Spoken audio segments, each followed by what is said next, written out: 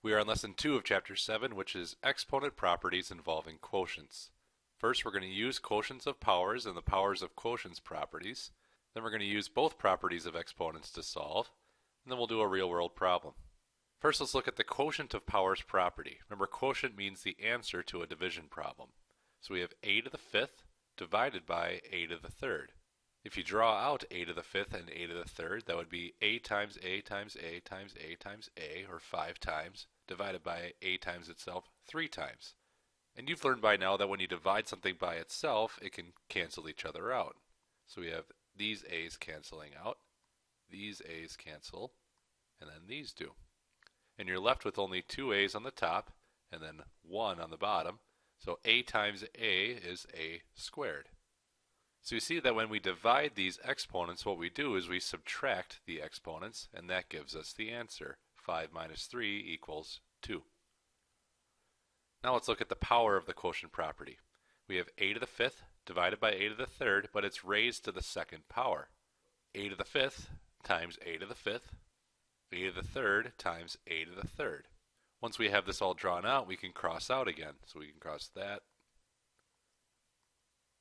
and we keep going down the line. And then we're left with 4 a's over here, which turns into a to the fourth. A quicker way to solve that would be to multiply these powers together, just like that power to power property, and then subtract like you're doing up here. So this would be 10 over 6. 10 minus 6 equals 4. So let's solve these here. So here we're using the quotient of powers property to solve. So we have negative 3 to the ninth divided by negative 3 to the third. So in this situation, we subtract that answer, and this gives us negative 3 to the sixth because we did 9 minus 3. Here we have 5 to the fourth times 5 to the eighth over 5 to the seventh. So first we could do our products property. 4 plus 8 is 12, so 5 to the 12th divided by 5 to the seventh. Then we could do 12 minus 7. It'd be 5 to the fifth power by dividing there. Here we can use the power of a quotient property to solve. So we can multiply that 3 times that x to the 1 and then the y to the 1, and this is going to give us x to the third over y to the third. And we can't do any more simplifying than that because x and y are different variables. Let's try this one now. We have negative 7 over x, and they're raised to the second power. So these are both to the first power here, so we multiply that 2 times the 1. That gives us negative 7 squared over x squared. Well, negative 7 times negative 7 is 49. X squared we can leave at that. So this answer would be 49 divided by x squared. Now let's use both properties of the exponents to solve. So it tells us to simplify these expressions. We have 4x squared over 5y, and this is raised to the third power. So what we can do is we can distribute this 3 and multiply it times all parts of this division problem here. We could have 4 to the first times 3 would be 4 to the third. And then we have x to the second times 3 would be x to the sixth. This is over 5 to the third times y to the third. We can simplify this even more. 4 to the third is 4 times 4 times 4, which is 64. So 64 times x to the sixth divided by 5 times 5 times 5 is 125. And then we just have y to the third. And this is as simple as we can get that problem. Here we have a couple steps to do.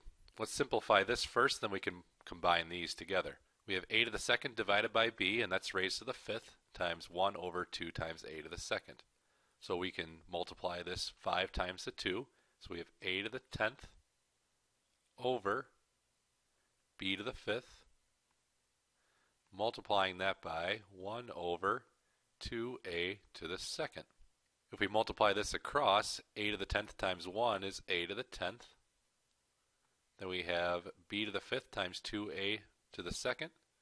We can write this in any order because we can multiply in any order. So we can write 2 times a to the second times b to the fifth.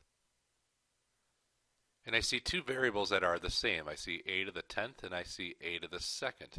So what I can do then, I could subtract the 2 from the 10 and get my answer. So this would be a to the 8th now, and then I'm left with 2b to the 5th on the bottom. And that's my answer. Let's solve a real-world problem. It says a luminosity in watts of a star is the total amount of energy emitted from the star per unit of time. The order of magnitude of the luminosity of the sun is 10 to the 26 watts. The star Canopus is one of the brightest stars in the sky. The order of magnitude of the luminosity of Canopus is 10 to the 30 watts. How many times more luminous is Canopus than the sun? So the key word here, if you were looking, how many times more? It's not asking you the difference, which would be subtraction. It's asking you how many times more, which is a division problem. So we have Canopus is 10 to the 30th. The sun is 10 to the 26th.